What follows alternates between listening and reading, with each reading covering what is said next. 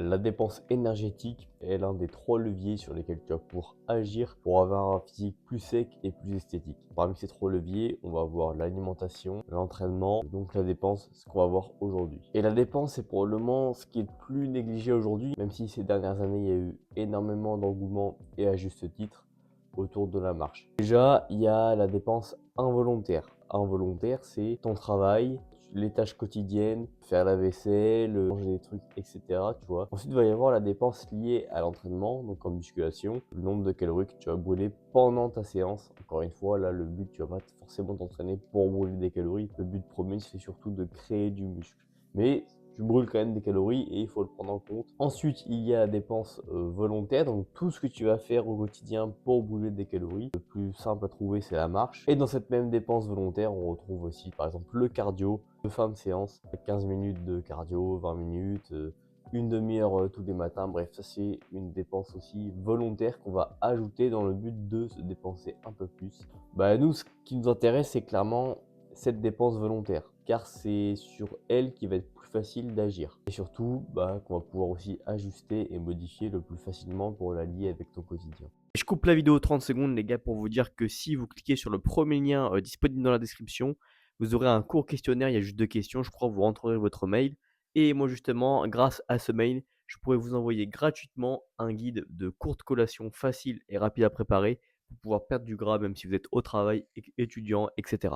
Sans dépense, t'es clairement foutu pour avoir le physique que tu veux. Que si ton entraînement il dure par exemple 1 heure, qu'est-ce que tu fais les 8 à 10 heures restants sur ta journée, tu vois. Bah, si tu fais rien, si tu es devant ton ordi ou si tu restes dans ton canapé, ça va être difficile de perdre du gras. J'irais même presque à dire que vaut mieux faire 3 séances par semaine, mais par contre, tous les jours de ta semaine, être actif, marcher, faire du sport, bouger, que faire 5, 6 séances, mais rien faire du tout en fait. Parce que même si tu fais 5, 6 séances de muscu, si à côté tu bouges pas, que tu fais rien, tu marches pas, bah, en fait tu es sédentaire. Et surtout, sans dépense, pour tenir ton déficit, il te reste quoi? L'alimentation. C'est-à-dire que le seul levier sur lequel tu vas pouvoir jouer pour aller un peu plus loin dans ton déficit et aller plus loin aussi dans ta sèche, ça va être l'alimentation. Bah, c'est l'enfer. Tu vas te retrouver à 2000 calories et moins parce que c'est la fin de sèche. C'est possible, mais au bout d'un moment, en fait, on peut pas aller toujours plus loin comme ça. À un moment, ton corps il va se cracher, tes hormones vont chuter,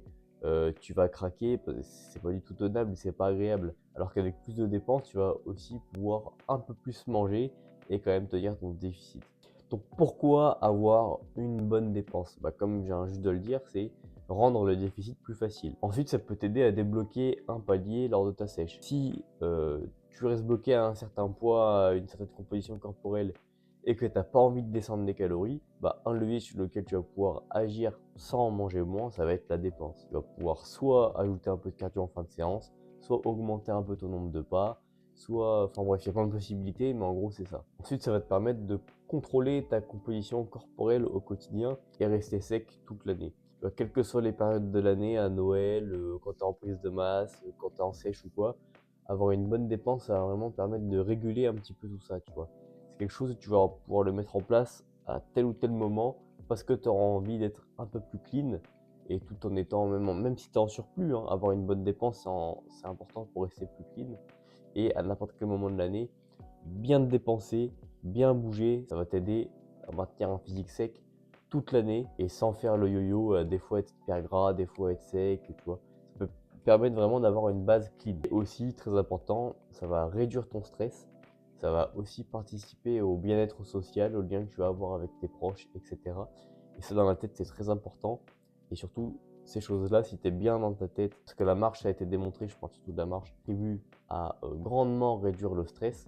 Bah, si dans ta tête ça va mieux, tes hormones ça va aller mieux, donc à la salle ça va mieux, la récup ça va mieux, ton corps tourne mieux, donc tu digères mieux, t'assimiles mieux. En fait, c'est tout ce qu'on veut pour avoir un meilleur physique. Et aussi, tu pourras manger plus et quand même rester en déficit, comme je viens de le dire. Et ça va avoir un effet positif sur ton énergie au quotidien, sur tes perfs et directement sur ta composition corporelle. En fait, ce qui va se passer, c'est que ton corps va devenir plus efficace pour utiliser l'énergie disponible dans ta réserve. Donc tu vas potentiellement moins stocker d'énergie sous forme de gras. Et aussi, il va mieux utiliser les glucides que tu vas lui donner. Ça va augmenter ta sensibilité à l'insuline et indirectement, encore une fois, ça va limiter le stockage d'énergie sous forme de graisse. En plus de ça, si tu manges plus et que tu es quand même en déficit, tu as de grandes chances d'avoir de meilleures perfs à la salle et de maintenir une bonne masse musculaire, même si tu avances dans ta sèche. Ça va être un vrai plus pour ta perte de gras. Maintenant, on va voir comment appliquer ça de manière flexible au quotidien pour que ce soit facilement tenable sur le long terme. Déjà, je te propose, j'en avais déjà un petit peu parlé, utilise la marche. La marche, c'est l'activité que tout le monde peut faire à n'importe quel moment de la journée et tout le temps. Il y a aussi l'ajout du cardio en dehors des séances de sport. Ça peut être 20 minutes de vélo, ça peut être un quart d'heure de rameur, ça peut être un quart d'heure d'escalier à la salle. Il y a plein de possibilités. Et ça peut être un moyen d'augmenter facilement ta dépense parce que comme ça, tu es déjà à la salle, tu es sur place. Et ensuite, tu peux toujours pratiquer une autre activité sportive en plus de la musculation. Je connais beaucoup de gens qui font à côté des sports de combat. Ça peut être du vélo, ça peut être un peu de course à pied, du foot. Enfin, il y a plein de choses. Même si là, on rentrerait presque dans la dépense involontaire car tu ne fais pas ce sport parce que ça te fait brûler des calories. Tu le fais surtout parce que ça te fait kiffer. Mais c'est quand même quelque chose à prendre en compte. Quelqu'un qui fait des sports de combat 3 fois par semaine, il va falloir le prendre en compte.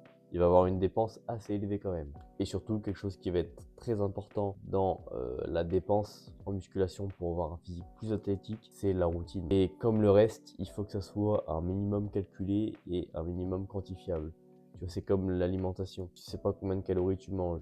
Si tu sais pas ce que tu manges, si tu sais pas combien de protéines, combien de glucides, etc., c'est difficile de ensuite venir faire des ajustements, tu vois. Surtout de savoir si ce qu'on fait ça fonctionne ou pas. Donc déjà, la première chose à faire, c'est comprendre ta journée, regarder à quel moment tu vas pouvoir bouger, à quel moment tu vas pouvoir marcher.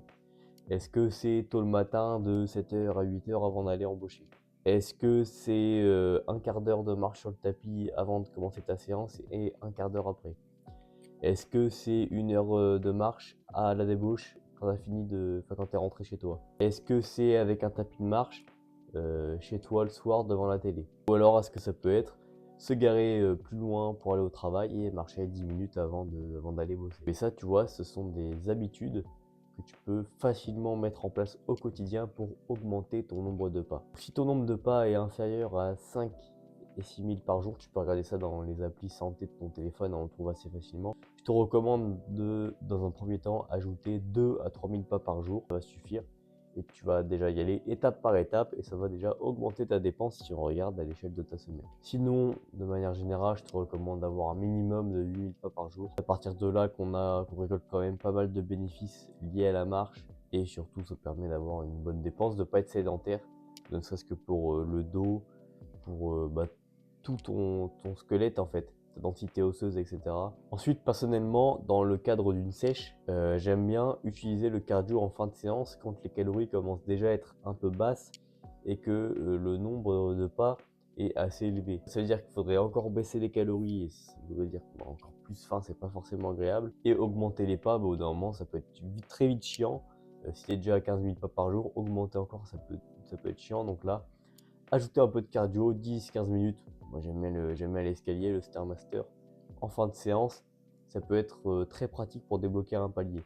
3-4 fois par semaine, ça suffit. Et après c'est pareil, de toute façon c'est une variable que tu peux ajuster selon ce que tu observes. Donc ça c'est très pratique. Et pour terminer, il faut vraiment que tu vois la dépense quotidienne comme un levier au même titre que l'alimentation pour perdre du gras et avoir un meilleur physique. Et c'est très bien parce que on a des données qui permettent de quantifier tout ça pour l'ajuster au mieux. La marche, ça va être le nombre de pas. Le cardio, ça peut être le nombre de minutes passées sur la machine de cardio.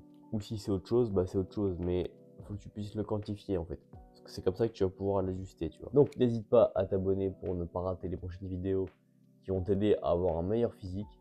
Abonne-toi aussi à mon Instagram pour du coaching. Tu m'envoies suivi en DM sur Instagram. Le lien sera en description de la vidéo de toute façon. Abonne-toi aussi à la chaîne YouTube, vous êtes beaucoup à regarder sans vous être abonné. Je te dis merci et à la prochaine.